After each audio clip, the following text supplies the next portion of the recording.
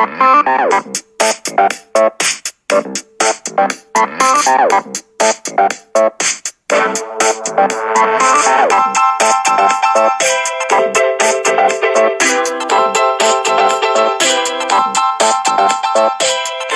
to Different Gravy, not just another Sheffield Wednesday podcast. Today, we got to drink in the magic of the FA Cup, the magic of early starts, poorly informed pundits, half-empty stadia, and a special 150th anniversary ball, so precious that we only got one of them. My name is Richard Miller. I'm one of the hosts. My co-host today is so full of the magic of the FA Cup that he is practically David Copperfield. Your friend of mine, Dr. Luke Gledall. How are you doing today, Luke? I'm good. So if I were to make a large statue disappear, yes, what would it be? Oh, I don't know. What, CN Tower? Is there something on your coast that of equivalent? How about Angel of the North? How about that? Oh, you could do Angel of the North. That would be nice. Yeah. And you am I right in thinking you went along to your Halloween party as David Copperfield, your poorly received character, which mixes close-up magic and grabby nature. Well, it was poorly received, but I didn't poorly receive. Let me put that way. Did you do anything fun with your Saturday off? Yeah, last night I went to see. I got a bit of schmoozing, and I went to see the Flames play the New York Rangers last night, which they promptly gave the New York Rangers a real drubbing of 6-0. Excellent. Which was a lot of fun and had a lot of Laura alcohol. Lolly alcohol. Exactly. So I'm a little bit hungover today, but I'm brought to you by. Oh, he's on the full fat Coke. I'm brought to you by the devil of Coca-Cola today. Oh, good stuff. Well, I went along and saw my local team, Chester, wandered along to the Sealsway/Diva Stadium, and what a treat! Got to see ex-Owl Fraser Preston playing right wing for Boston, who also called themselves the Pilgrims, which is interesting. But 4-0 to Chester, 2 sendings off for Boston, 2 yellow cards turned into reds, and also there was some sort of argument in the crowd where one of the 2 Chester managers, they're the 2 managers that if you've watched A League of Their Own, they were the Salford managers for a time, Bernard and John Orr. One of them had to go into the stand and escort his brother away from having an argument with one of the fans, which was great fun. I mean, it was all the fun of the fair. I really got my money's worth for 15 quid. I really got a lot of joy out of my day, and a gorgeous sunrise to boot. So yeah, maybe it's not the worst thing in the world not having a game on a Saturday. Who knows? Maybe not. It's we've had a weird thing here. I mean, the clocks have finally gone back here, so okay. I guess as all of you will hear whenever this comes out, this is after our usual 5 p.m. GMT release time. It's going to be a late one. So join the Luke and Rich Different Gravy Quiet Storm. Should we get onto some news? Yeah, let's do that. Breaking hoo-hoos. Mm-hmm. And I mean, the main feature here, news-wise, is the midweek match with Sunderland. But just in passing, it feels worth mentioning that oddly, Darren Moore appears to be one of the names linked to the vacant post at Barnsley. Interesting one, isn't it? I mean, I find it interesting in this world of Barnsley are an outfit which are going on a very kind of a Moneyball standard. Yes. Interesting that it seemed to be kind of panned out in the local media with the excitement of their, intense rise to the playoff positions last season. Yes. Yeah. That this was the start of the new Dingle Revolution, Dingle Revolution. The Dingle Revolution. Yeah. They lost that manager though, didn't they? They did, and they seem to have like a poor, but then it seems to be the mentality is a bit like it still seems to be the framework of a kind of lower standing club. I guess I was surprised that Daryl DK wasn't actual player they signed. I think he was just a loan signing, right? Yeah. So he's gone off and gone back. He seems to be a very pivotal player. I think they lost a couple more players, and then Valerian Ismail which is my favorite manager, who sounds like he should be a side character in Dune. Swanned off to the baggies, didn't he? So it seems to be kind of like the mentality that they are stumbling. But the thing I was going to get onto was outside of this large Harry Maguire turning circle, which I often get into and find difficult to get out of, is the fact that Barnsley, being run by foreign Moneyball owners, they're plucking their managers from the depths of, a football manager generated foreign manager name. Yes. Maybe hopefully they'll get another manager who sounds like he could be a main character in Dune. That'd be maybe a step up from Valerian Ismail. But I think the interesting thing is the nature of this, and the nature as we find when Sheffield Wednesday dispose of a manager and then suddenly go to, the ground zero of starting again, or if you've not got anyone in mind from the manager's level, it becomes a very unimaginative list in the terms of the bookies. Yeah, there's some usual. Mm-hmm. But isn't it weird? I wonder if it speaks to the odd kudos. We've had, I don't know how your coverage was of the FA Cup, but you go into ITV and it's very reverential for the history of the club and the stature of the club. Yeah. This is a lovely old stadium, etc. Grand old stage, I think I have. Yeah, exactly. The old arena, which is there we go. Yes, where famously gladiators would bludgeon each. Well, if you have Gladiator Tuesday night Gladiator, and then you follow it with Boyzone on the Wednesday, and that's, really, what is a true Sheffield arena here? Let's be honest.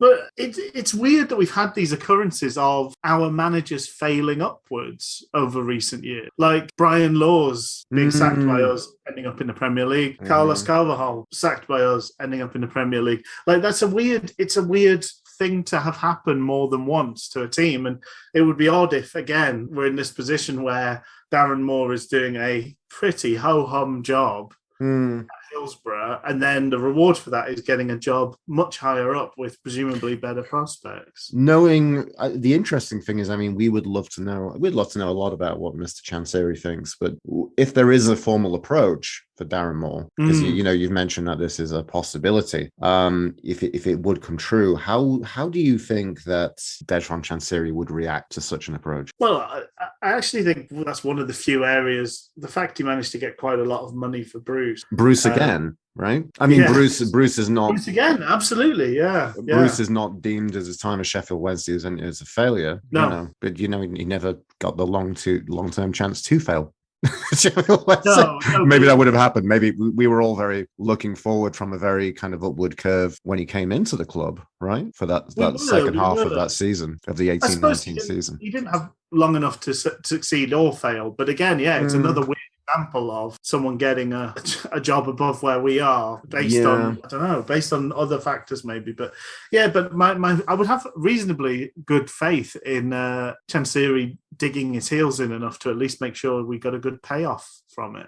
Oh yeah, no, I know. But then would that even be, if it is a liable option for Barnsley and their kind of philosophy and what they want to do with the managerial post there, like, would Chansiri kind of price out the move? It'd be interesting to see if it does happen. It still smacks a little bit of Darren Moore did play for Barnsley, right? I'm pretty sure you're right. During part of his career, yeah. So, and that kind of feels like the link, and it's a local manager level link. I don't know. It'd be really interesting to see if it does happen from following the recent two performances. Like, I don't know where my whelm would be for such a thing. The Darren Moore project has not been a success so far. Presumably, if he's getting recognition, so there's a lot of. I'm conscious now. I'm saying presumably or seemingly a lot, because this is layers of speculation.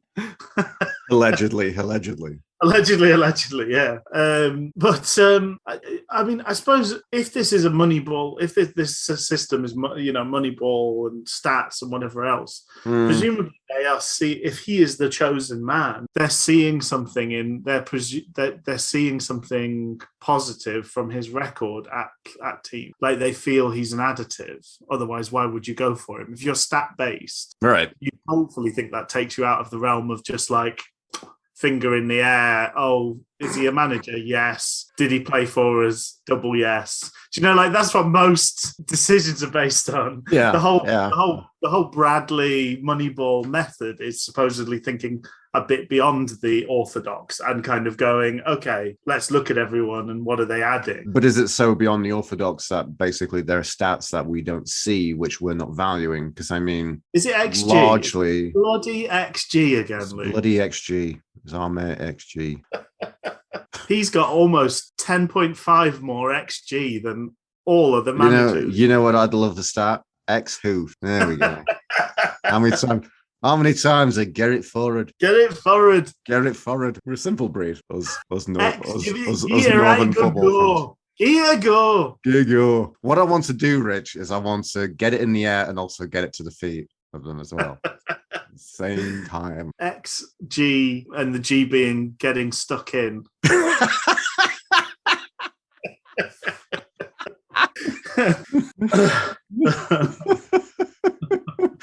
Oh, did I ever tell you about a time like I found myself watching Wednesday and somehow telling players to run it, lad.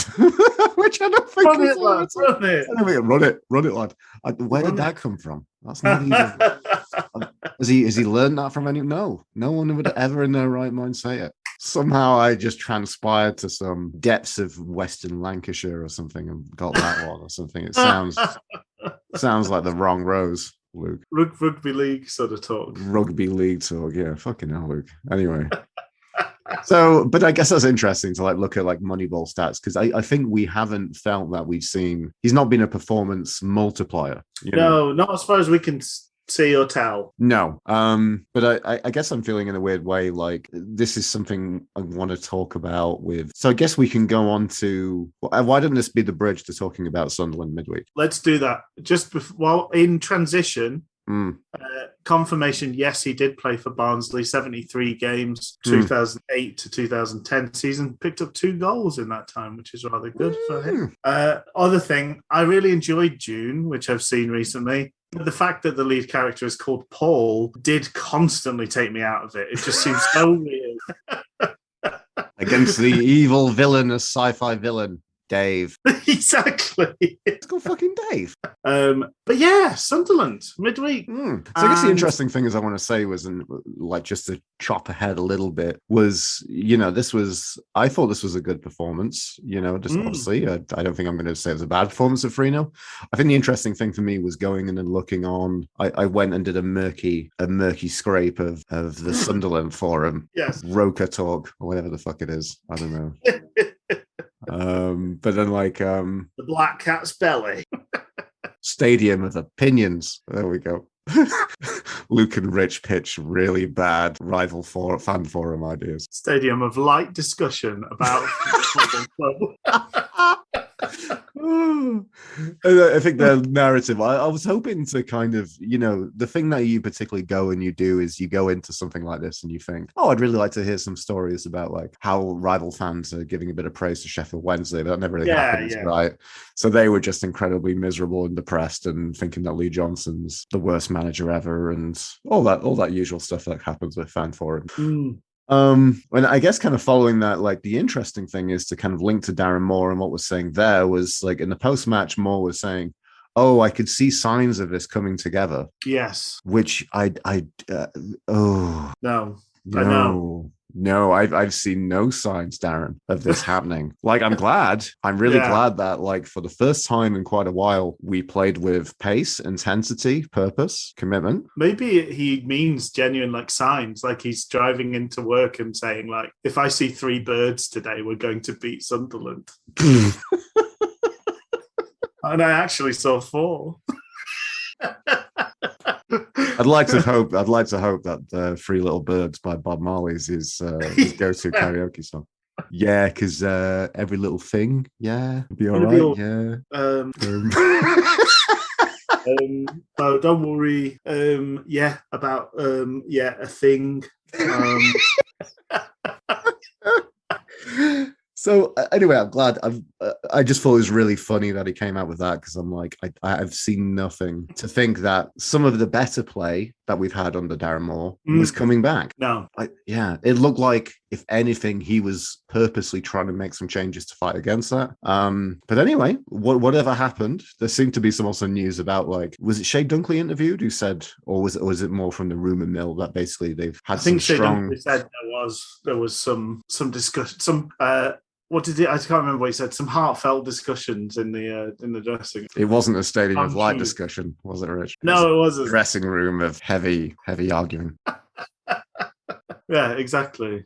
Yeah, and I think saying that this was coming feels like something from the greatest optimist. But it did feel it felt different in so many ways. I don't know, all of a sudden we look like it's carried through to today's game as well, but all of a sudden it looks like there's a balance to things. It looks like there's something talking about, like, we're chopping and changing so much. How do you know what you're building on? Because there's no bricks being, it's just, what about if it's this? What about if it's that? What about if it's 3 up front? What about if it's just the one? It just keeps chopping and changing. But all of a sudden, it looks like actually there's something to build on and something to it'll be tested in the coming weeks, but it's telling that more or less the same team played the 2 games.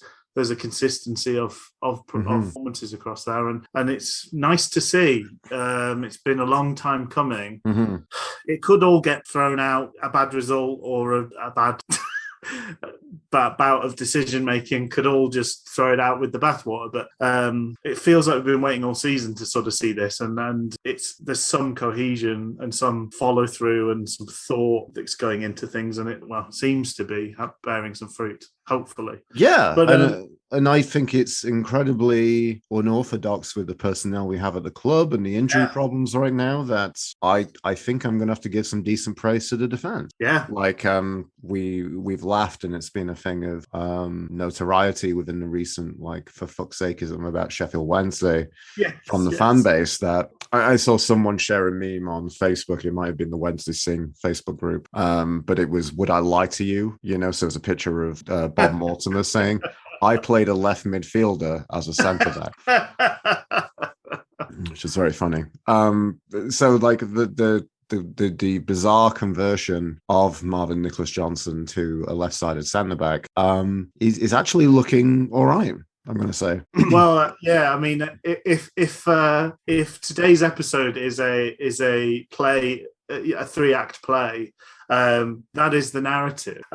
Starting with being churlish, my first note is the great Johnson experiment continues. I've got some of the sort of stats that Alex Miller shared towards about Johnson at the end of that game, and then I think coming out of the this weekend's game with praise again for the whole defense, but in particular Johnson sort of more than holding up his end of things. But so this shape that we've kind of happened on, so it's this 3 at the back with Palmer, Dunkley in the middle as kind of, stick his head in wherever it's needed, kind of warrior leader of that back 3, and then Johnson on the left, who provides a bit of guile, a bit of pace, and balance, because you've got a right footer in Palmer who could contribute going forward. You've got a left footer in Johnson that can contribute going forward. And I think the more important thing is we're not asking Dunkley very often to be the man bringing it out from the back. Like he's not, which is when things start to go awry. He's very uncomfortable with it.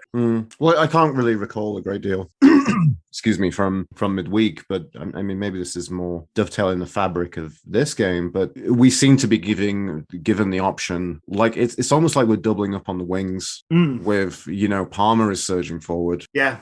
Roaming goal threat Liam Palmer. Yes, yeah. Is getting it forward with, carrying it at his feet, not just hoofing it long. But also I think a little bit from Johnson as well on the left-hand side. Yeah. I think the interesting thing for me was, so in terms of the wing-back roles, we're looking, was it Pato and Corbeanu? That's right, yeah. It was Pato and Corbeanu, which was the same thing we kept with today. And the interesting thing I want to say about that is, like, I can't really remember what they had to do defensively. Well, this is the interesting thing. I think we sort of found this the last couple of years with Harrison. I think like being proactive means that you can kind of nip a lot of stuff in the bud on those wide positions. We shouldn't be getting caught out by them spreading the play and catching us out, because we should be as wide as the pitch really most of the time. So you're not giving those opportunities for a kind of ball in behind or getting caught out in that way. So then it is just about responding to those moments when they happen. And I similarly don't really remember a huge amount that they had to do defensively. But then we seem to be like doing, that was a really interesting thing I think I found, because like looking at the Sunderland forum, milling in that Stadium of Light discussion up there. Yeah. And they seem to be saying like, the Wednesday seem to have done their homework on us. Okay. Which I thought was interesting, because they were being like, well, you know, they played the two big men up in Gregory and Canberry up top, which seems to cause a whole bunch of issues. And then they applied a high press, which was interesting. Well, because I didn't think that was false. But then it also was a really funny thing for me to look at and say, is this the first time Wednesday have done our homework? if we're going along with that narrative, like, you know, because I also don't seem to recall us ever playing much of a press anymore, really. Normally, I wonder if we always do our homework, just we do the wrong thing. We were like we were in the wrong chapter or something normally, whereas we actually did the right. I wonder if it's just completely wrong subjects. We had to go read about Sikhism and we were looking at hypotenusers or something. You know? I mean, I suppose it has to be said in terms of the performance. We're playing a Sunderland team who've had well and truly been humbled of late. So. Yeah, we mentioned Lee Johnson. Lee Johnson was always talked about as being a streaky manager. A streaky manager in a straitjacket, tight jumper is Lee Johnson's brand. You know, he'll go 7 matches in a row winning games and then 7 matches in a row losing games, and they're on a bad run as it stands. And they've had some spank. Mm-hmm. So we play. I'm conscious of the fact that we've played them at a good time, but. We're Wednesday. We're normally the team you turn your form around against. We're normally the team where we get the sting in the tail. Yeah. So it's nice to go and stick the boot in for once. Mm-hmm. But yeah, that was a different factor. So we had Canberry and Gregory up top, 2 big men, which I don't really remember those two playing together previously. No, because I think there's still the mentality of like, well, you know, they are very different players, but they're, you know, in terms of characteristics, like a tall, lanky striker whose degree of strength and shithousery, which I'd say Canberry is probably maybe a bit, I don't know if he is a bit stronger than Gregory. I think maybe the disappointing thing about Canberry is like, I don't think you think he should be stronger? I know. Gregory is an absolute beast of a machine. Yeah. Like really. Yeah. I could have called him a beast or a machine, but I've called him both. So there we go. That's your new animated series, isn't it? Coming out on Netflix. Beast Machine. Beast Machines. Yeah. Is it an ox? Is it a truck? It's both. Beast Machines. Like all those, like when we were young, all those TV shows like made by toy companies, just like a complete A to B. There's no middleman there. Just you can get these from Tyco. No need for those adverts at the 15-minute mark. Yeah, there seems to be a bit of a narrative about some of the story about previously. I think it was a few weeks ago. They interviewed a friend of Lee Gregory's, for his raising. I mean, I don't know. I don't think I've ever, in the history of this podcast, referred to Lee Gregory when he was outside of Sheffield Wednesday as Lee Piggery. I mean, who would have ever done a thing like that? Really? So there's a lot of conversation about like his, and there's a rumor he's got a Blades tattoo, right? Which apparently has been refuted. But probably more of a United fan growing up, but whatever. But basically, even that narrative, like his friend said, like he was a bit measly, but then he very much hit the weight room. Right. Okay. And, I think you can definitely see that, really. Like, he's a player who has built that bulk and maintained it throughout his career. Yeah. So, yeah, I don't know. But I don't know, the game was just it's just so refreshing to, have that kind of pace intensity and then attack those moments. Definitely. Well, I think a big part of that was, I think that intensity, I think when Patterson's on the pitch, he brings up the intensity level for everybody to an extent. Like he plays the game with a gusto that I think everybody seems to buy into. So, and it almost seems regardless of where he plays. So now he's turned up as a wing back. It seems to be quite a good fit for him. He's actually got some pretty decent quality in terms of his deliveries. Totally. Well, it's the same thing today. It's the same, much as we've mentioned, the narrative continuing on about Johnson and the unlikely trio at the back, seemingly working in these situations. Like, definitely a big positive is looking at Patterson in the right wing back, which is, it feels a bit sad to me because I still don't think we've seen a lot missing from Jack Hunt's game. No, but maybe unfortunately this situation is we've got a better option in Patterson. Yeah, and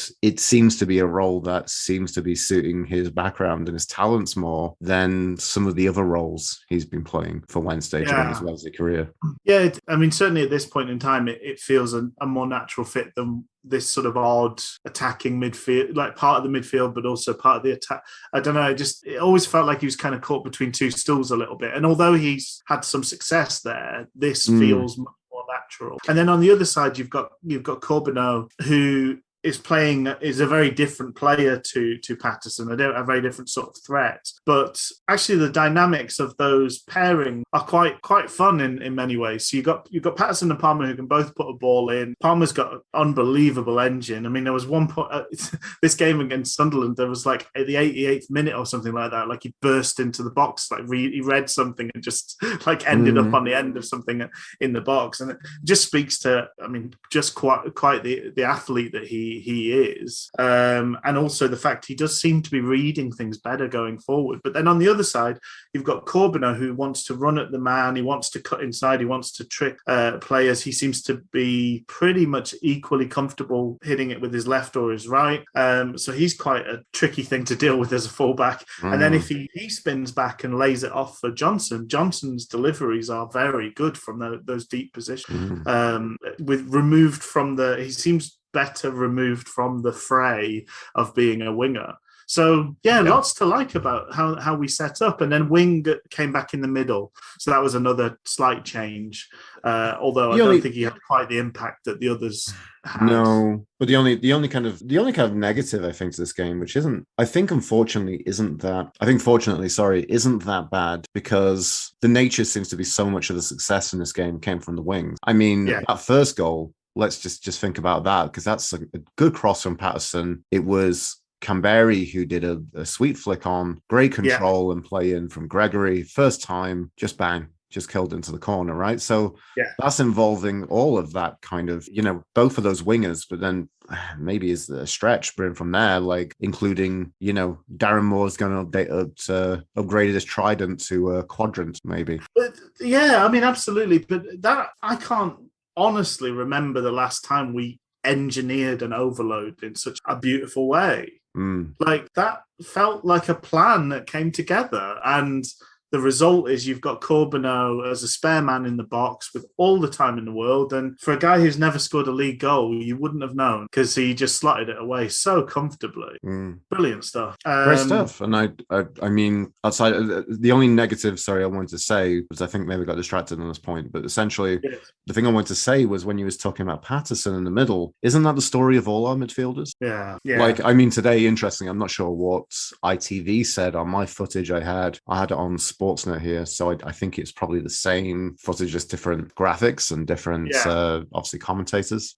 They seem to think that Bannon was going to play in the hole, but I can't remember last time I've seen that happen this season. But then more often than not, I feel like, I don't know, it never feels particularly defined as to who's doing what in the middle of the park for Wednesday. I feel like this, since the switch to Adeniran, and I feel like Bannon's doing the deeper role out of the three, but by and large, that definitely felt like the case to me midweek. As you say, it's never particularly defined, because sometimes it looks like we've got no midfield at all.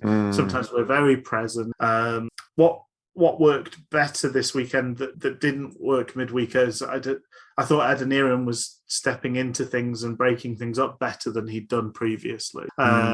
Part of that kind of winning the ball back early. But yeah, Bannon seemed to be part of a second wave to those attacks. There was quite a few times where, as you mentioned, like we've got those 4 or sometimes even 5 people in and around their box. And then when the ball spills out from that, Bannon is the one trying to sweep it and recycle.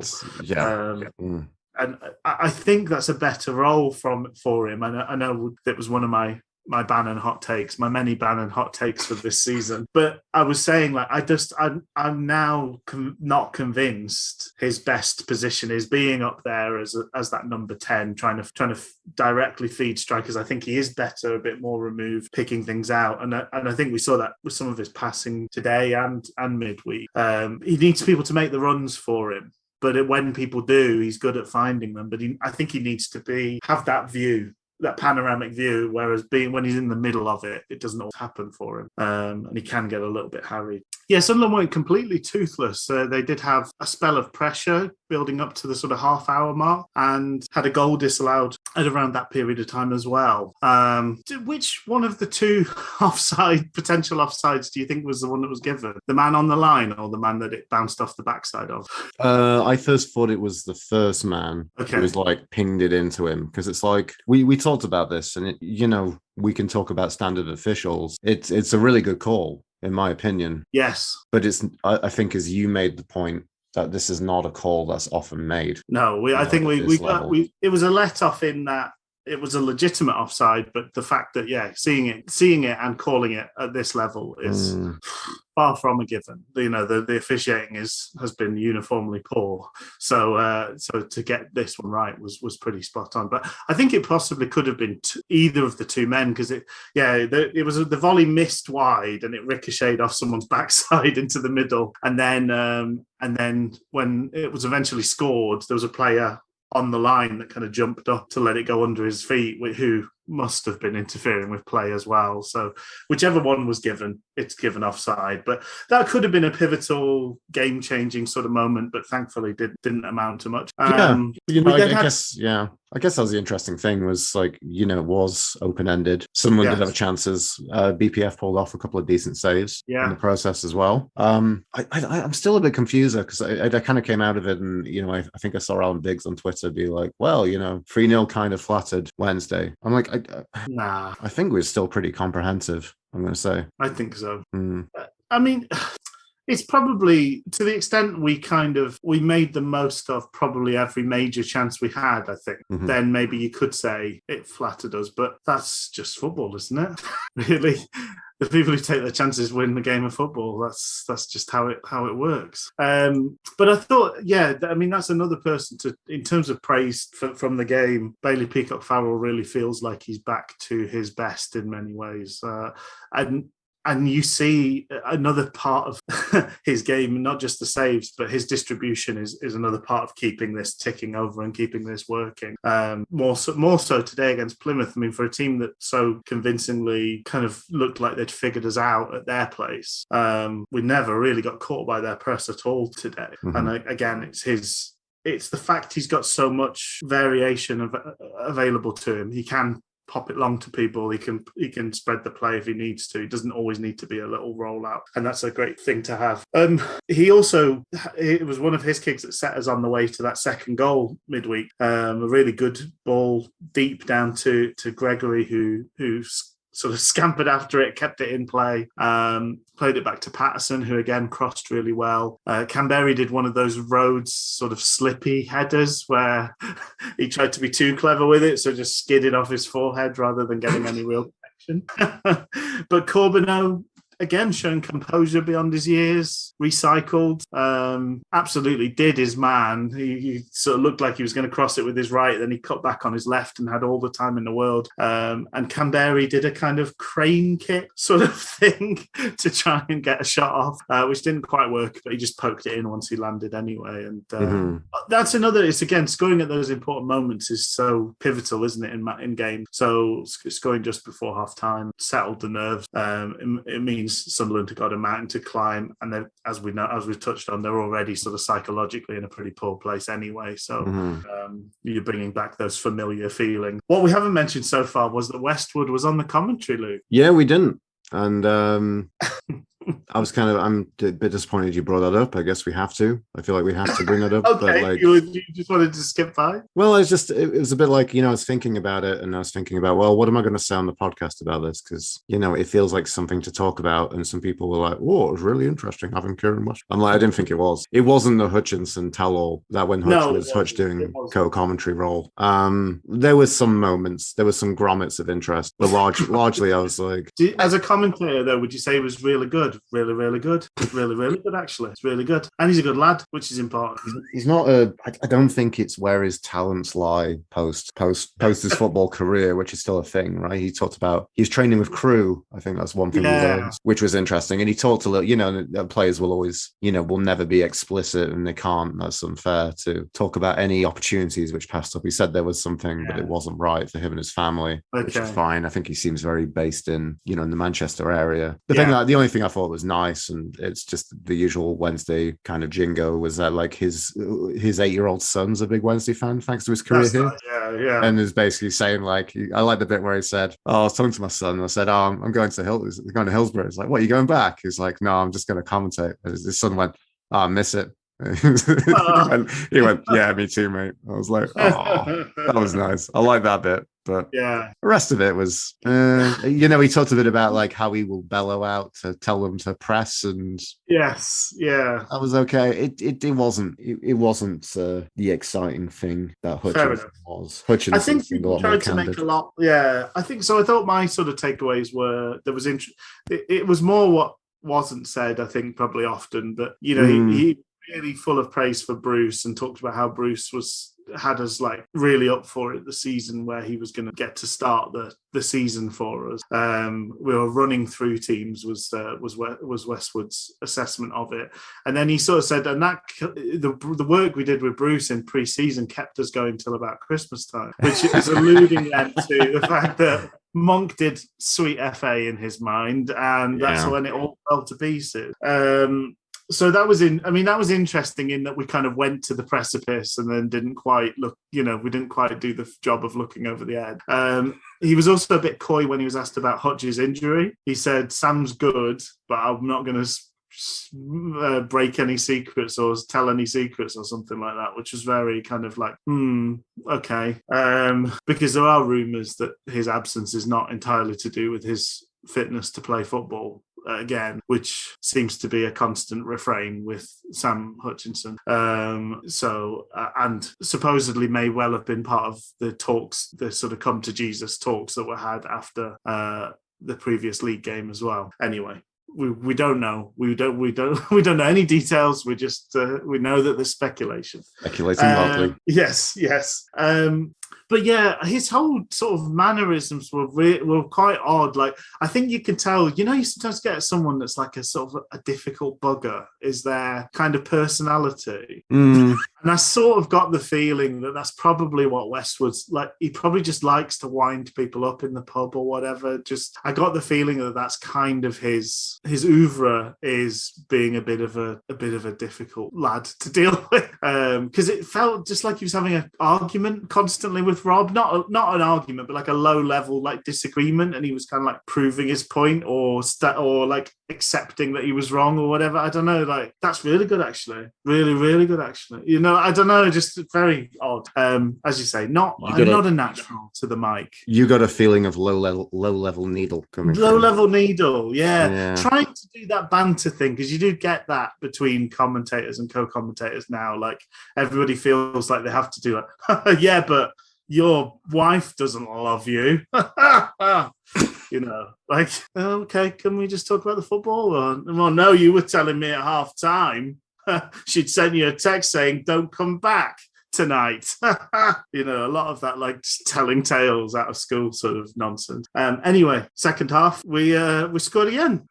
Yeah, I thought it was a good little goal. I thought some people thought that was a bit messy, but I thought it was a good cross again by Johnson to start the ball rolling. Canberra did really well with it to work it out to Patterson, and I suppose that's where the question is: was Patterson shooting? Was he crossing? I think that was the only bit of he put the ball the only place that he could do, really. I don't think he could have got a shot off.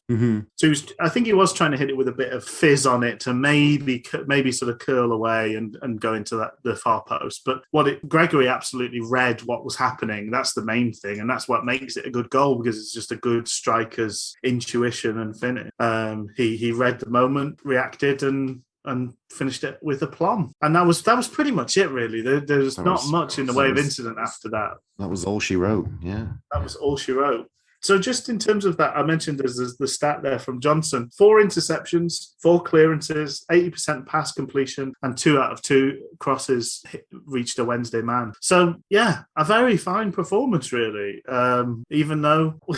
we joined with everybody else in feeling that it was a laughable choice. This second game, it seems like it's starting to bear some fruit, and we'll work our way into the third game now, which is the FA Cup match with Plymouth. Let's do that. I do have to say both these games I watched from the comfort of my own home. So the Sunderland game, typical of a Wednesday performance, when I have decided I don't want to ruin my week by going along and having a very late night getting back. That's when Wednesday decide to turn up and have their best home performance of the season. But there we go.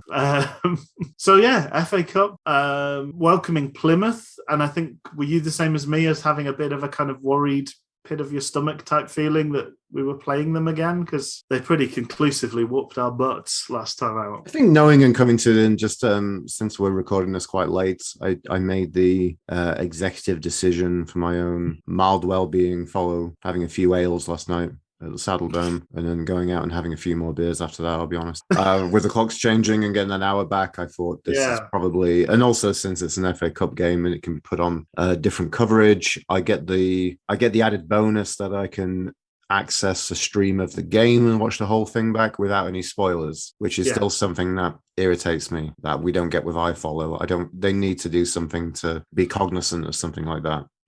Yeah. So for the sake of this, we're doing this quite late. This is, as we speak, time's now about 7:20 in the UK, 12:20 here in Alberta, Canada, Mountain Standard Time. And I think having that barrier of just watching everything back that was far removed from what was going on live just kind of removed some of the nerves for me. I knew it was done by the time I was watching, and just I specifically had my phone on airplane mode just not to kind of spoil anything. Yeah. And but I mean, previous to this, I think it was interesting, especially after midweek, I wondered about what would happen. And I guess the interesting thing for me is I think we naturally see the cup competitions in this stage when the league is so very important to us this season, and making a good impact on League One is, in our position, a real priority. It does kind of feel a little bit like a free hit, but I think the thing I'm glad about from this game is kind of, and cutting forward to the end, is this was a decent performance from Sheffield Wednesday, and I'm glad we kept that up and we kept that momentum going. Yeah. So I think I kind of thought this is an opportunity for a bit of momentum. I didn't know if it was going to be something that I certainly didn't think that we would humble Plymouth. No. Or outplay them to any great stretch. But maybe I felt a little bit coming into this game, especially after what happened midweek, I wasn't looking forward to it when the draw was made. It wasn't a draw that would make me feel excited. No. But I mean that I was a bit more confident about things following midweek. It's just, I think, probably certainly the best opposition performance we've seen against us this season came from totally. And I think very much we've been beaten as well. Yeah, comfortable defeats, comfortable victory for Plymouth. It just seemed like everything that their mentality is and what they're doing at Ryan Lowe's doing at Plymouth just felt like it was coming into fruition against Wednesday. Yeah, they're doing really well. They're second in the league. If they keep it up, then automatic. It looks like it's a formality if they keep it up. But it felt like a big performance for them. It didn't feel like I imagined watching it and thinking this isn't something that is completely untoward and out of the normal for them. Yeah. But it felt like the monikers of a performance which kind of sums up a lot of their performance. A bit like if it felt like maybe they're equivalent to the game under Carlos against Arsenal, where it's just like all of you see what they're working on, the game plan formed to the nth degree against a team that were just not prepared for the intensity, the verve that they played with. And as a result, just it's that if Ryan Lowe has to point to what do you want this team to do, he would probably point to that game and go, that is what I want. I want the intensity. I want the pressing. I want the fullbacks doing the coming, being a threat. I want, all those things all worked again. It also didn't help that was Bailey Peacock-Farrell's worst game for us, I think, probably. He really had a bad time on top of everything else. But anyway, so I was a little bit worried. I was a bit worried about the kind of aura that coming into it. I think it speaks highly to the team that they were able to put in such a good performance and not be cowed by the fact that this is a team run them ragged previously. I mean, what a great one to pick for TV selection, just in terms of kind of standing, there's kind of the relegated giants at, the narrative, the grand old stage, the old arena, all this stuff. Like, look at the seeping with history. This has been a venue for many a FA Cup semi-final. Wednesday have got a bit of a storied career, and they focused on '93. Plymouth didn't really have anything like that, but Plymouth are coming in, and then they're having this fantastic season, probably having one of their best seasons since, I don't know, since, were they doing quite well under Sturrock? Probably, I think, Sturrock had successive promotion, I think. Because I remember when they got up to the championship at one point, so we've played them there before in the championship, and they were kind of struggling, and then they seemed to have 2 successive relegations. I'm not sure at what point they came up from League 2 to League 1, but it has happened, obviously. So and then I don't know, I think, is there maybe a bit of appeal around Ryan Lowe? I think it feels like there's a bit of a media appeal around him. I think he talks well, doesn't he? He's obviously he's a charismatic dude. And there's a kudos to being an up and coming English manager. He's not done anything to blot his copybook at this stage, and there's always a lot of hope and expectation in that. There's a lot of excitement around that, isn't there? Somebody might be the next phenom that comes out of these things and actually does make things happen. So I fired up my feed, and then we had like a lot of I imagine we have different footage, so it's probably the same footage, just like maybe you probably could have with more. You had like Waddle in the studio, was that on RTV? Waddle and Holloway Holloway, not in the studio, pitch side, okay. And so what we kind of got from our feed was essentially like we got a lot of beautiful B-roll footage of the Wednesday of Hillsborough from a top, that was a little bit. We got a lot of that. We got a lot of fans, a lot of young fans' faces. Okay. Cutting in between there. In terms of like focusing on the players, I was a bit miffed that the narrative was very much like, I think they expected Plymouth to win this one comfortably.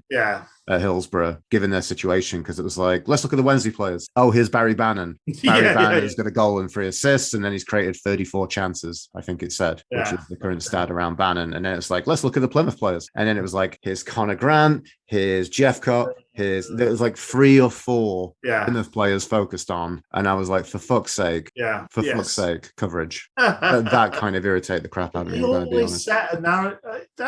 I don't know whether it's, but they always set a story up and then try and like pin everything to that story, don't they? Like they set a story ahead of time. Why can't they let a game happen and then see a narrative? Surely that's what you're supposed to do as a journalist. You're supposed to let things develop and not just like go, that clip sort of agrees with what we were saying earlier. So does that. We'll not talk about this. I see it happen so often in like 5 Sports. Like somebody's talked up a particular person so much that you're watching the fight and it's like they get hit 3 times and they do 1 punch. Like, that's a great left from Smith there. Great left. It's like he's bleeding. Things are falling off of him. Oh, that was really, remember the left? That was very good when he did the left. That just seems like that's what I was talking about. There's this like modicum of attention and information they give to us in this situation, and that's all you get. I'm not going to bother. Lee Dixon didn't remember any player's name. At several points, he just said the player who cleared it and the player who kicked it, because he's not even bothering looking at numbers and name. He just It's not worth it. It's Sunday. He's had to get up early on a Sunday morning. He's not happy. There was a bit of banter at half time where he squashed his banana. I also felt very sorry for the fans there. The North Stand, they decided to like close half of the North Stand. Everyone and having you and I sat there for many years in the winter, the sun is full on if you're in the North Stand. Generally till about, in a normal kickoff, till about the second half. But because this was an early kickoff and they were all down low, they had the sun in their eyes all game. Those poor sods. But there we go. At least there was some sun. What was the attendance today? Because it was looking 6, I think. It was really not many. Wow. What were the? Do you remember what ticket prices were? I don't remember what prices were. But that nearly kick off on a Sunday with Wednesday being this and it being on telly. Yeah. It's not a good combination. Not a get you sent down to Hillsborough thing. Why am I struggling to find the attendance? Yeah, I'm trying to find the attendance. It looked like a series of flies. It really was. Yeah, it was. It was thin. But as you say, there's so many factors in there that would make it a struggle, and nobody wants to tell me. So I saw 6,000 somewhere. I'm going to stick with that, and you'll just have to believe me, Luke. I'm sorry. That's fine. So, and then obviously that's a long way. That's a long way for Plymouth fans to come. Everywhere's a long way for a Plymouth fan to come. It's very, very long way. And now we've got the Do you remember? Was it an N-Power advert with Paul Whitehouse playing a Plymouth fan who was on the road? Did you remember that? I don't. And he would like talk about like how he's talking his weird Plymouth accent impression about like how it's a long way for him to go everywhere. I'll have to go and find that and send it to you afterwards. That sounds good, yeah. But so 7,200 or something. Yeah, 7,261. The magic of the FA Cup, eh? Sweet magic. I need to tell, like, I don't know if this is directed by, people who cover Sportsnet are here, or whether it's just from the footage that you guys get. If there's a new generation of people who are looking at the FA Cup, we need to, I would be the director, like, shouting in every cameraman's ears to be like, get us footage of a silver foil cup in the hands of someone in the crowd. Maybe no Wednesday fans have done that yet, but that's a classic. You're gonna take an FA Cup down. It is a class. Tinfoil FA Cup, fantastic. Lovely. Line up. Yeah. Why are we starting Berahino over Gregory? Favourable take. It's giving him a rest. He works very hard. He worked very hard midweek. He's an old man. This machine beast sometimes needs to check in for an oil change. Fair enough. Speaking of beasts as well, just talk about Berahino. Do you think he was looking like a diet Chris O'Grady today? He's really becoming, in a season of disappointments, he is becoming the most disappointing signing, I think, as time draws on. Even when he was a position of being like, we were like, this is a bit of a cheap gamble for Wednesday. But he plays so much. That's the teacher's pet. His teacher's pet, yeah.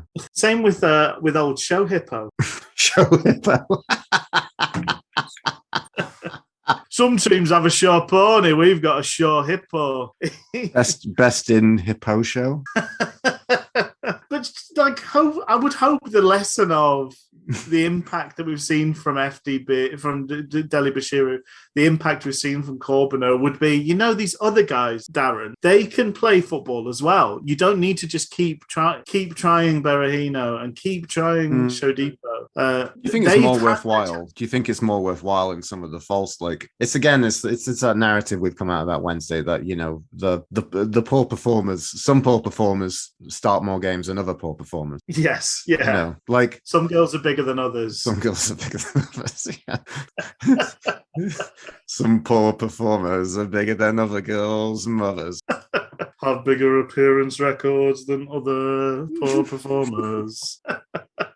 Not that I see anything that makes me radically think that he's a player who needs to be playing more games of football. But can we just say, like, what does So need to do to get the same level of the same generous level that Berahino's had? Yeah. Both have had the same amount of goals. I mean, different competitions, but at the moment, it's very hard to see what Berahino's good at, because he doesn't seem to have the pace to be a threat with his pace. He's not very strong. No. And he is really frightened in possession, so doesn't make things happen with any skill either or composure.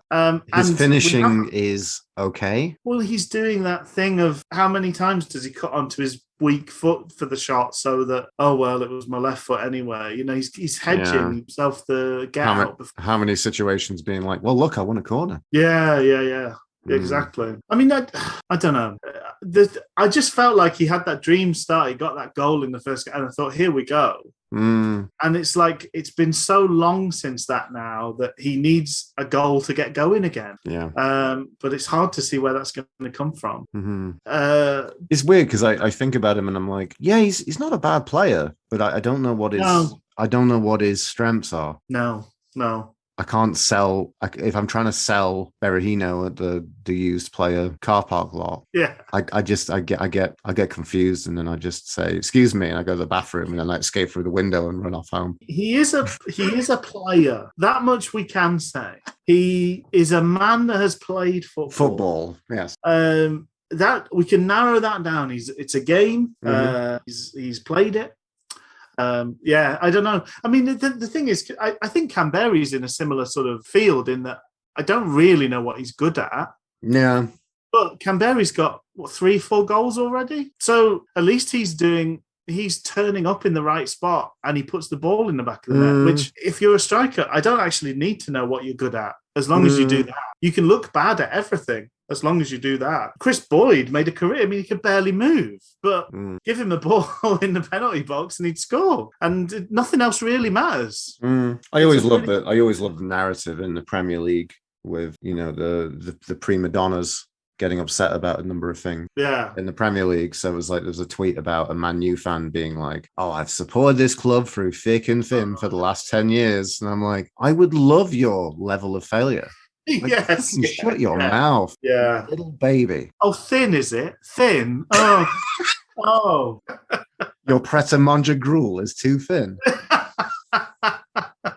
So, because I was having this conversation with a friend of mine, I met up with an old work colleague of mine, who's a Liverpool fan, and we were talking about, he said he's more interested in what's going on at Man U right now, because it just pivots between like, terrible and then, oh no, everything's okay. There's like this back and forth excitement on this level just going on. And like we talked about column there throughout.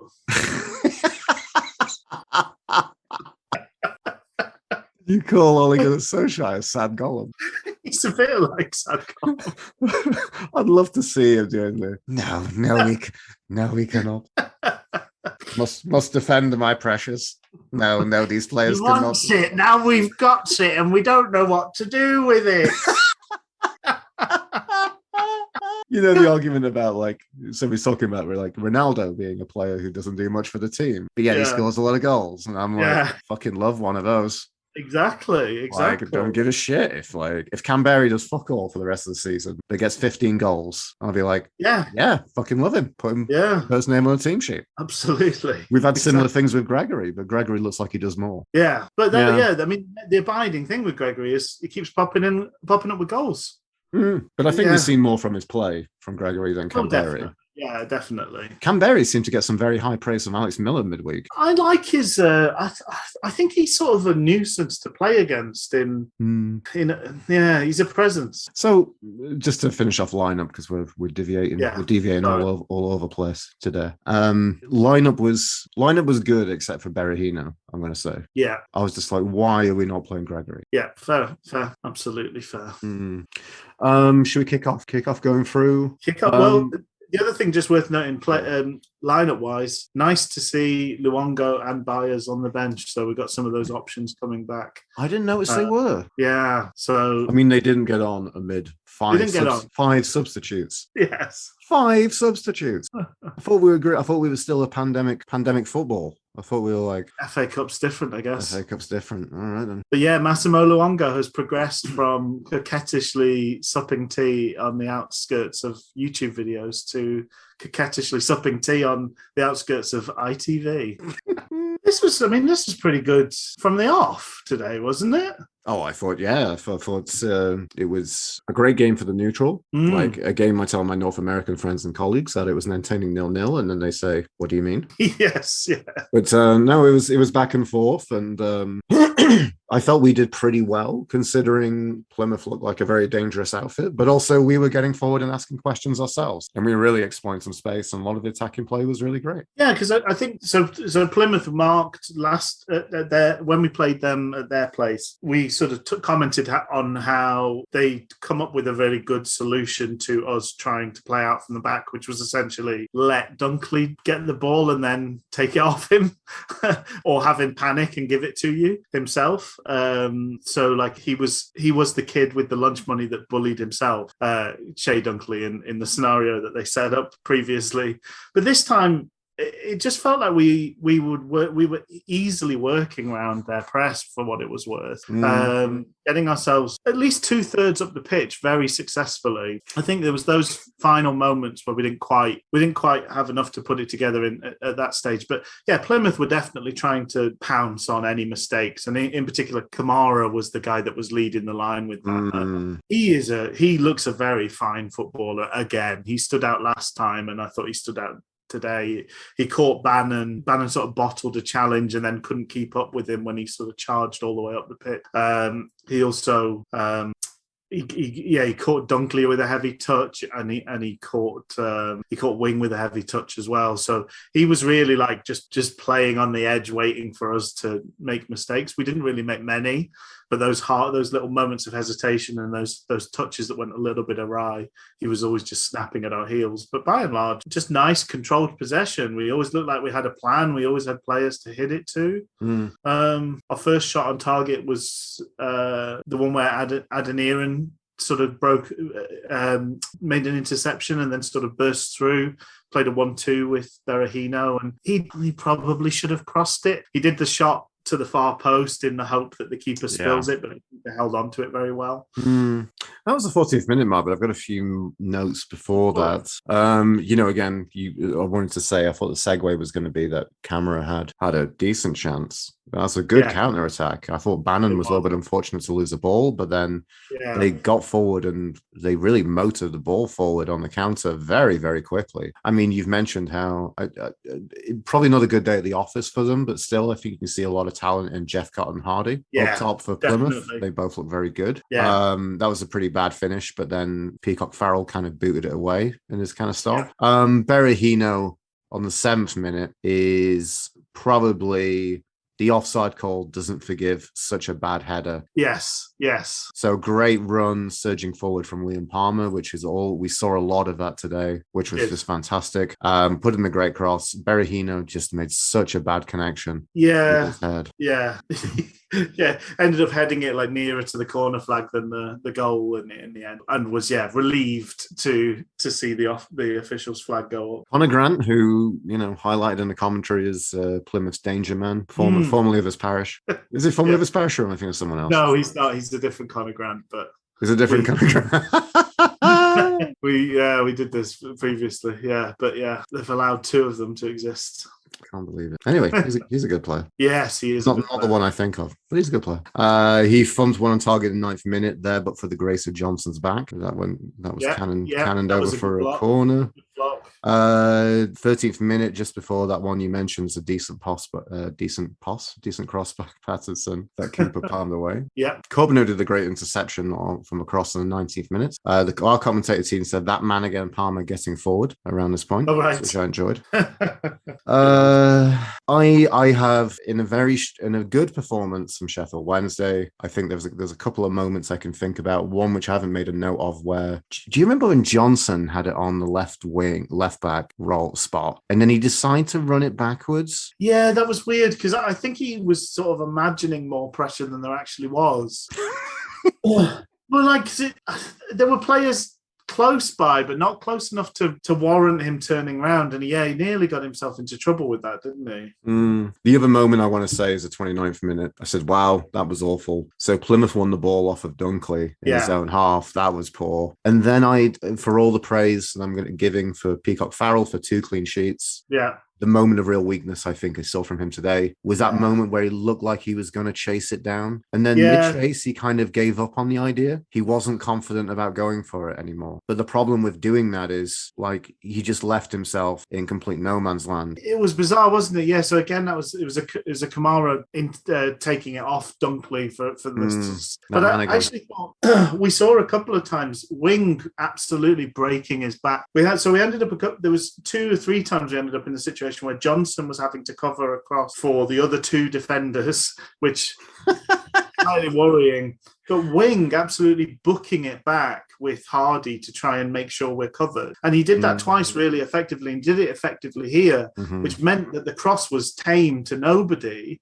And but Bailey Peacock-Farrell just looked like just drop on the ball, and it's the end of the moment. But he let it roll past him, sort of fronted up to the Plymouth player, and then it ended up we were very lucky just to see that sort of trickle wide. They kind of pulled it back right, and then it was just kind of like, I think maybe the strength of Wednesday's defense in that situation too. Louis. Yeah, we got a lot of bodies Wing.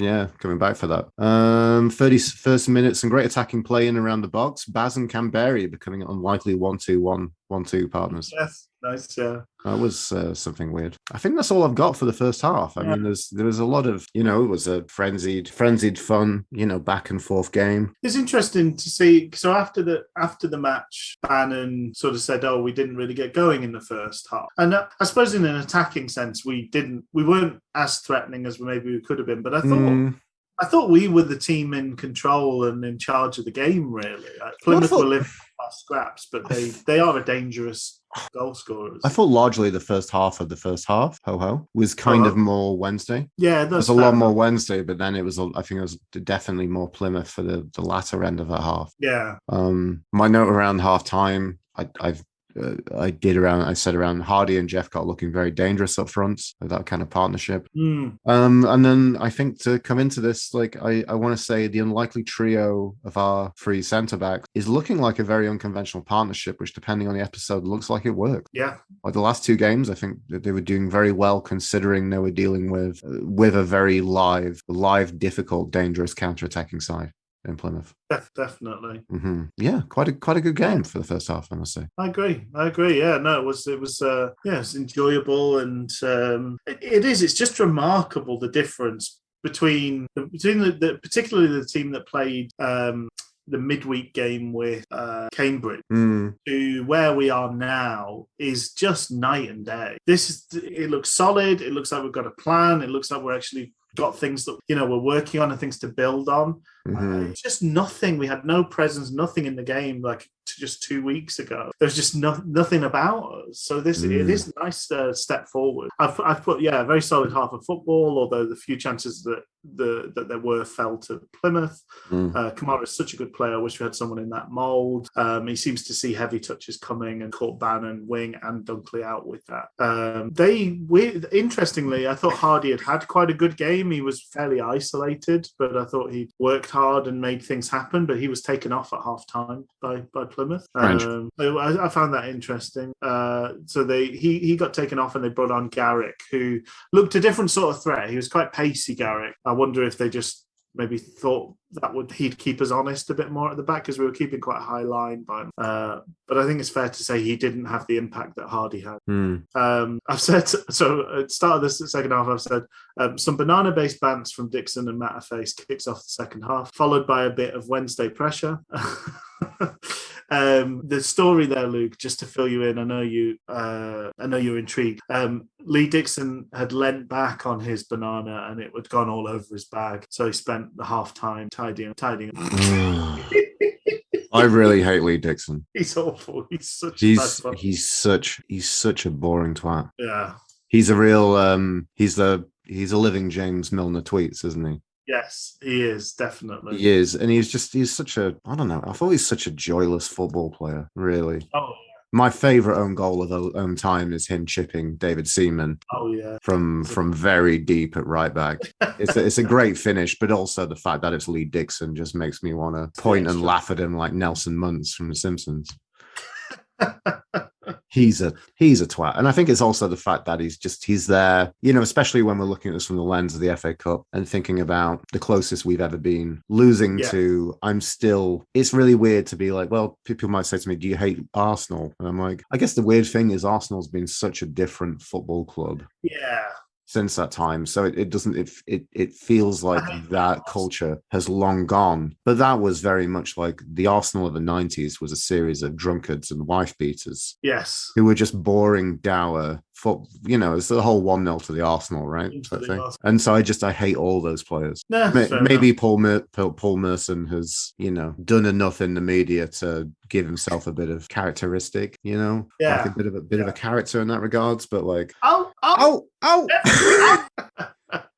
I also remember in like reviewing a Wednesday game when I think when Potter was here. I loved was it him in the middle, Darren Potter? Oh, he's right.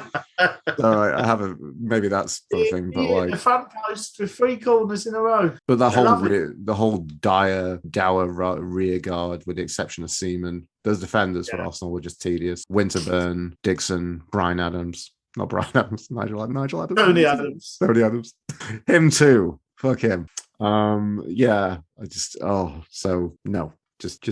not talk about Lee Dixon anymore. Tony Adams really has that like hollowed out personality of, when you like see people interviewed from the 60s that are like, if you remember the 60s, you weren't alive in the 60s kind of people. And it's like, there's just so much gone. For whatever reason, Tony Adams is just the sort of talk a slow way, just like, oh word. Anyway, there we go. I know he's had quite the life as Tony Adams, but what's left probably should not be on punditry view. But anyway, I don't have any notes till the kind of hour mark with all the subs. My notes, I got distracted here a little bit, so I didn't fully fill in this note, but it's coming back to me now. The 49th minute, there was a really good cross from Corbeau that was headed behind. From the resulting play, we had a corner which didn't quite work out. We seem to be better at the second half of those corners. A lot more things happen where the corner happens, the initial play doesn't work, but then we're recycling it back through Bannon or someone else, and then some kind of great moment comes in. We had the fantastic moment. I'm not sure if it was Bannon who chipped it forward to Dunkley was still there, and he tried to do a karate kick thing, and he absolutely poleaxed whoever the Plymouth player was. Just took a chunk out of this guy's side, whoever the Plymouth defender was. It was Galloway, wasn't it? Yeah, he absolutely went through him. Lee Dixon did make me laugh. Lee Dixon said, I was watching Barry Bannon's set pieces in the week. He puts one hand up sometimes or 2 hands up, but he just hits the same corner every time. Okay. He gets a stay of execution. He's back. He's back. He's back. It's a fair comment. I actually thought, so I guess interesting, maybe some of these are damning with faint praise. Yeah. So best corner game performance from Barry Bannon today. Okay. That we've seen in a long time. Best subs from Darren Moore we've seen. Yeah. Although I questioned, well, first off, I didn't know that we were in 5 subland. So making 3 subs at once, I was like, what? It's happened. He has finally lost his damn mind. Well, that's because he was like triple sub, and I'm like, triple sub. Yeah. That was interesting because I'm like, I was like, if that's all 3 subs, and I'm like, maybe it gives you a bit of like what happens if X person is injured or something happens. Yeah, but like I really enjoyed those triple subs. I thought was the closest to like we've done. Yeah, I think I actually, aside from the fact I probably would have preferred to see Berahino go off, I probably agree with all the choices that went off. I probably agree with all the choices that came on. I don't think anybody would really deserve to be taken off who was taken off. No, but I can see, it's a bit of a lull. Let's make things happen. And I think there is an element with this coaching team that they like to plan things like such and such gets an hour of football, and they're managing metering out exposure to games and things like that for people. So the fact it happened bang on the hour is just very much the way that they seem to operate. So Deli Bashiru came on for Adeniran. Gregory came on for Canberry, and Hunt came on for Pat to make the 3 subs. So it's interesting. So from the footage, I made a note, and then the commentators mentioned something that I'd missed because I think I was probably making a note or it wasn't focused on the camera. Okay. So Den looks either in like, it looks like he was walking off, and it looks like, if you've like the other week I managed to ping a massive muscle in my neck, and I managed to get a massage booked in, and I walked to my massage like an old man, like I just couldn't move my head at all. Okay. It looked like he was either like that, or he was just so intensely pissed off. Yeah. He looked in a really strange place when he came off, did Adenir, and very looked annoyed. Well, they mentioned that they said in the commentary, they said that the thing I missed was they said that Patterson looked pissed off. He never wants to come up. Right. Patterson would play every minute of every game chance. But that speaks highly of him. But yeah.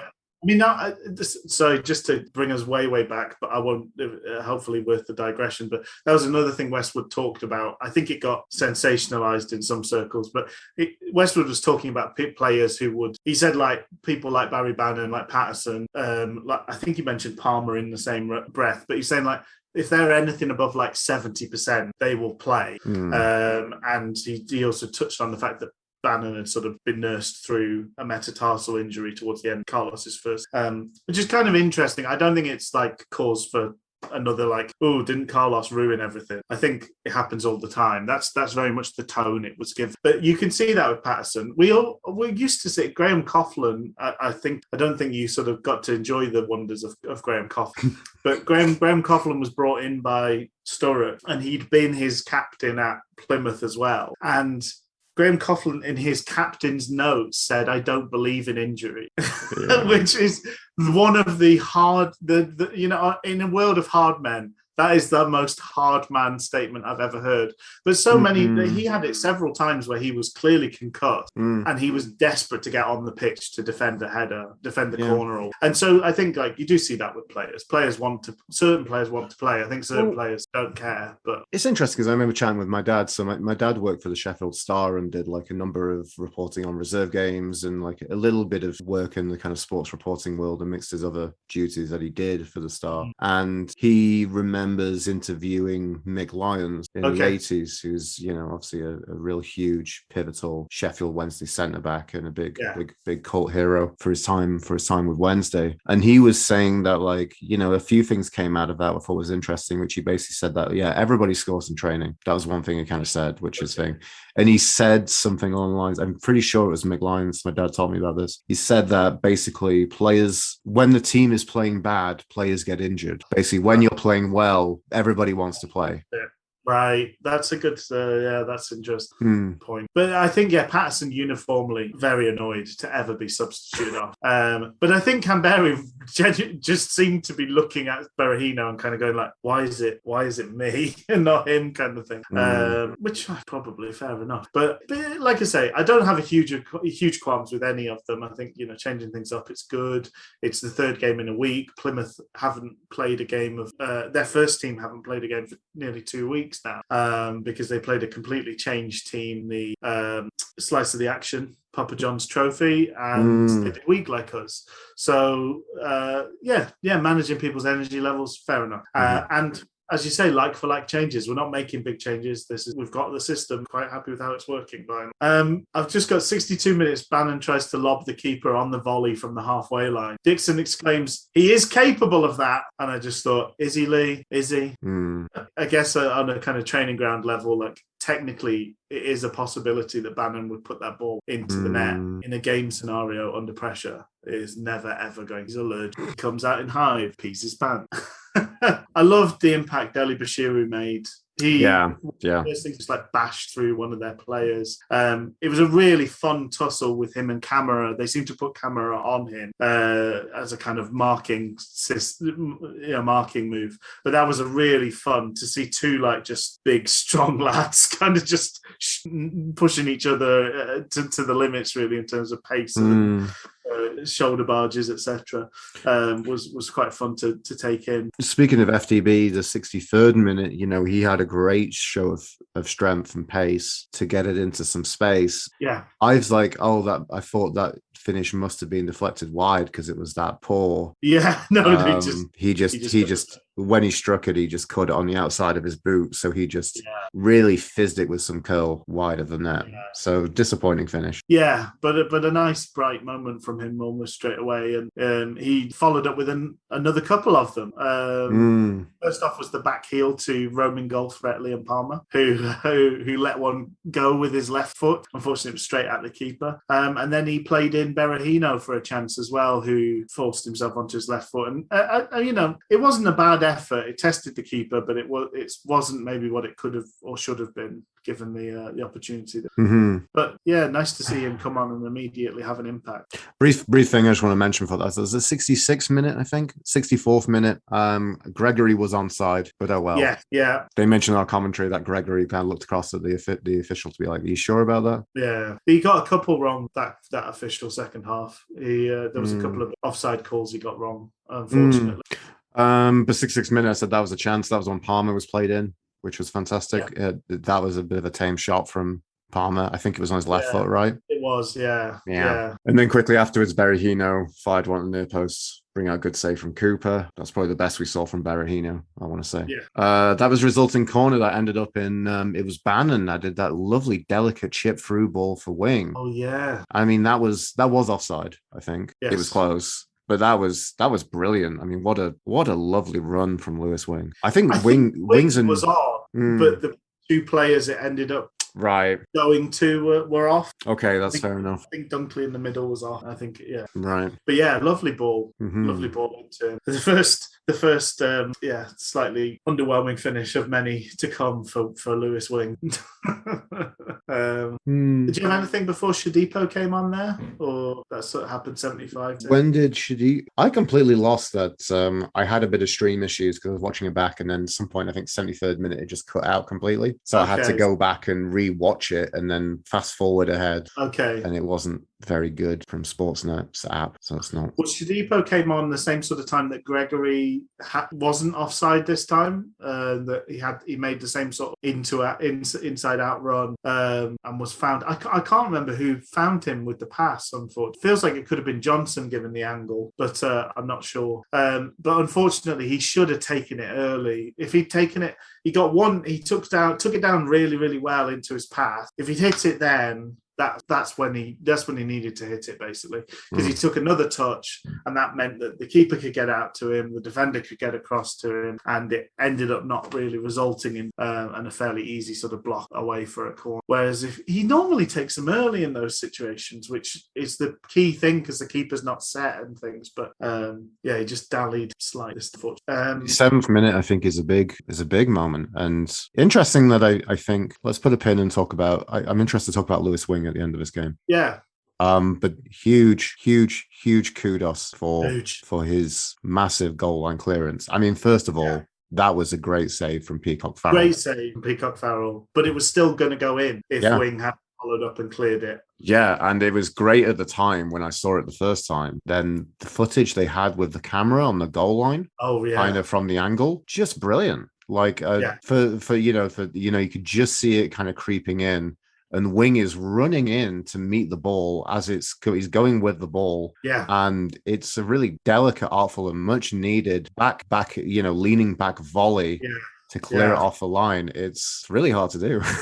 It's really well executed. Yeah. Thing. So just brilliant. Because Galloway, I think, is waiting to pounce, isn't he? And Bailey Peacock Farrell's like scrambling backwards to try and hopefully kind of get it. But Wing just steps in, deals with the situation, took ownership, and fantastic. Absolutely. I mean, between the two, it would have been a goal if Bailey Peacock Farrell hadn't saved it. It would have been a goal if Wing hadn't cleared it as well.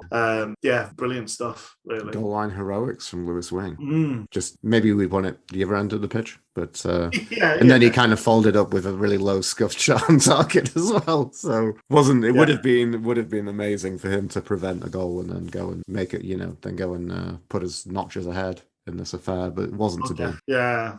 84th minute. So I completely missed that Shadipo went off, by the way, for Corbeanu. Yeah. So it was only till later on they're like, oh, that's Show Hippo. And I'm like, oh, I didn't know he was on the pitch. Yeah, sure. So on for Berahino, I've said. Strange. Yeah. but I don't hate it. No, it was weird, but it's fine. It's fine. See Berrino again. Oh, and then speaking of weird substitutions or people from the past coming on, we had the classic panto villain Kieran Agard. Or as I've known from his time at Yeovil, and now we're playing for Plymouth, who are wearing the greens. I've named him the Green Twat. Nice. Which also made me think about the Green Man Festival, and then I thought about the Green Twat Festival, which is basically, it's like indie folk music and like a really nice thing, but everyone's kind of slightly abrasive. So basically headlining that festival, Rich, is Father John Misty, but he's going to talk about how he's going to glass you in between his songs. I thought you might have called him Kieran Agar. Why would I call him Kieran Agar? I don't know really, but it's like some sort of algae, isn't it? You use it in experiments in school. How about Kieran Agard the Horrible? Yeah. That's good. I like that. Okay. He came on, didn't he? Did he come on?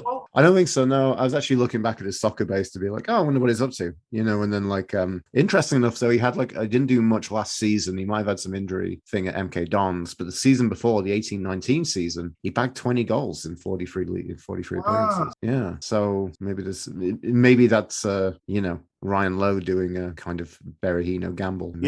Maybe it's a slightly better gamble than Berrino, but still, he's the ripe old age of 32 now. So I don't know. Okay. Let's big talking point, Rich. Want to get your opinion? 89th minute. I think that was a penalty. 100%. So this is 90th minute. Wing fluff chance. Shadipo got himself. He won the race, didn't he? That's the thing. He won the race. Like, as a striker now, you get your touch on the ball. It doesn't matter where it goes. It doesn't matter what your next plan was.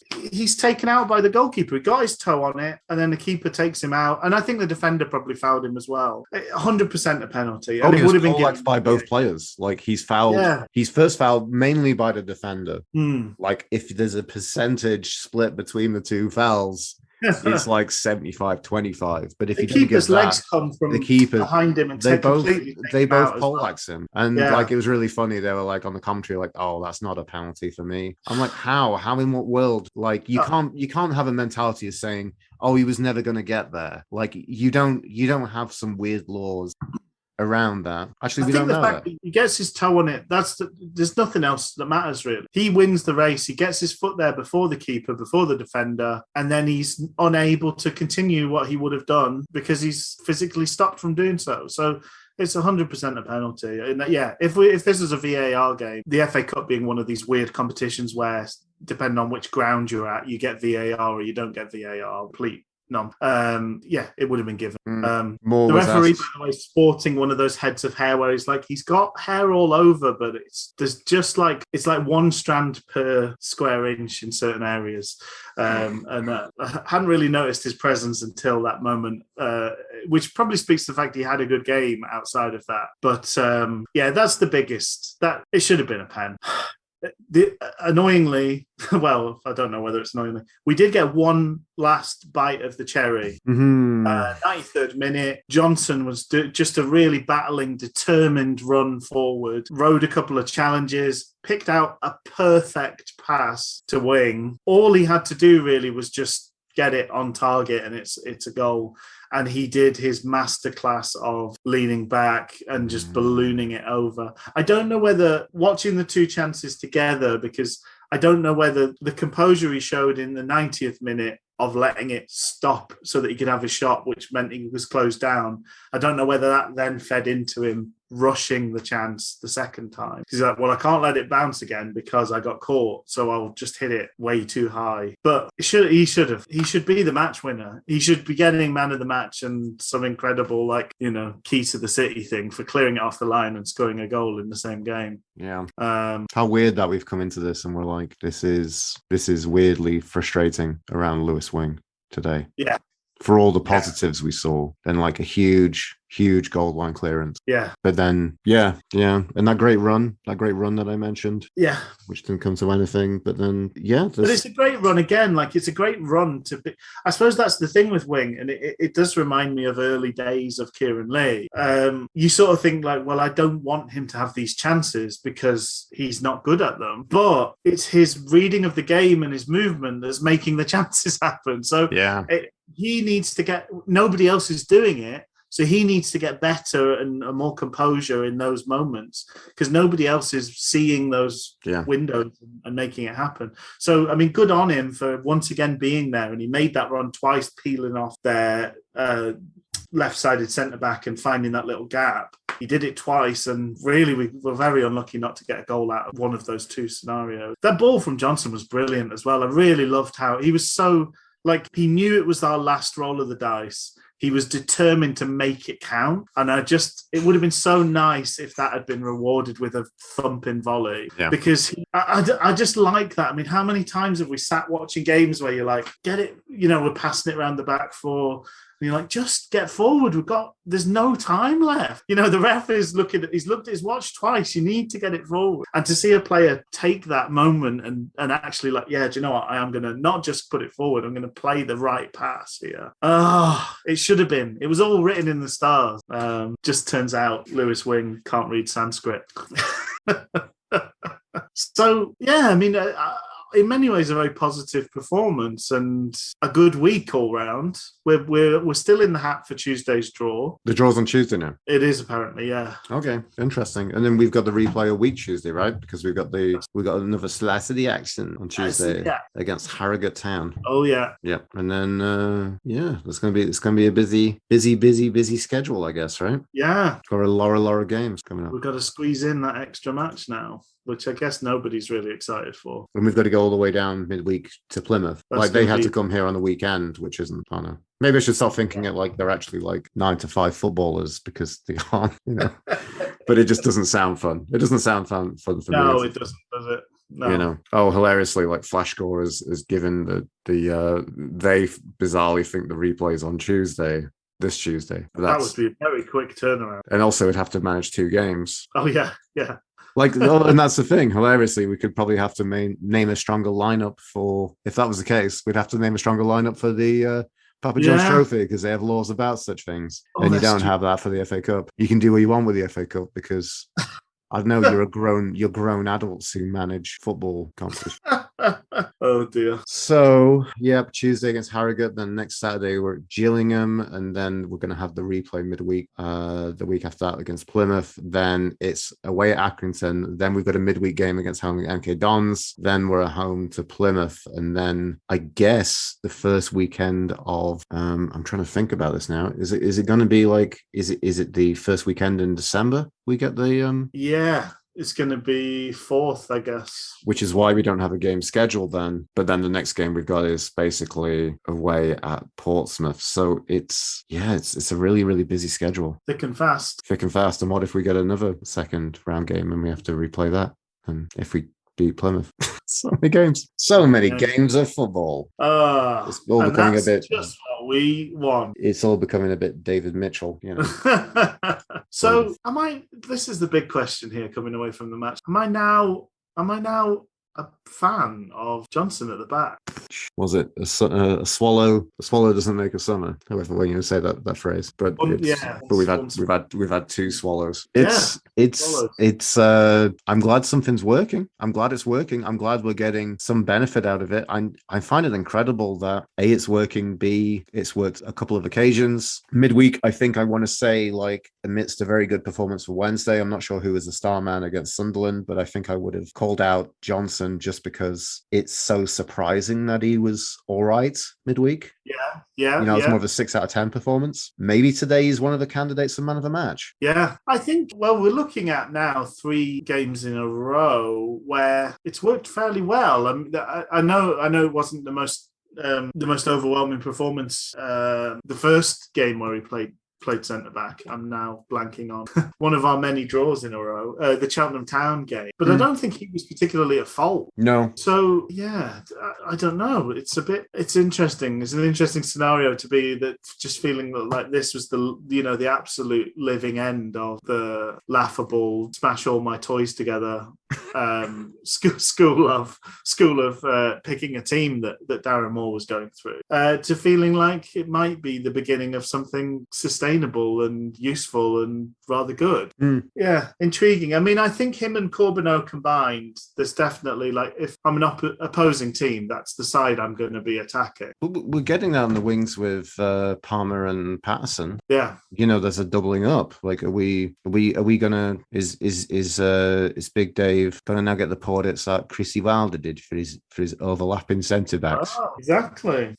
Supposedly he's back, going to be back in a job. Chrissy shiny puffer jacket Wilder. Where is he ending up? Warnock. He's going to replace Warnock at Middlesbrough. Really? They've handed it from piggy to piggy.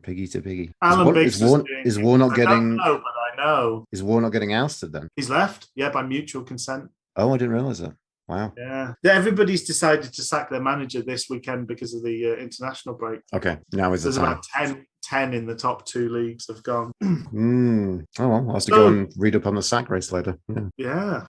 Man of the match or player of the match, or it's close, but since we brought it up, and also because it sounds a bit contentious, I'm going to go with Johnson. Fair enough. Yeah, I'm with you. I think it's if things were different, then if Wing knew how to finish, it'd be Lewis Wing. It would be Wing. Yeah.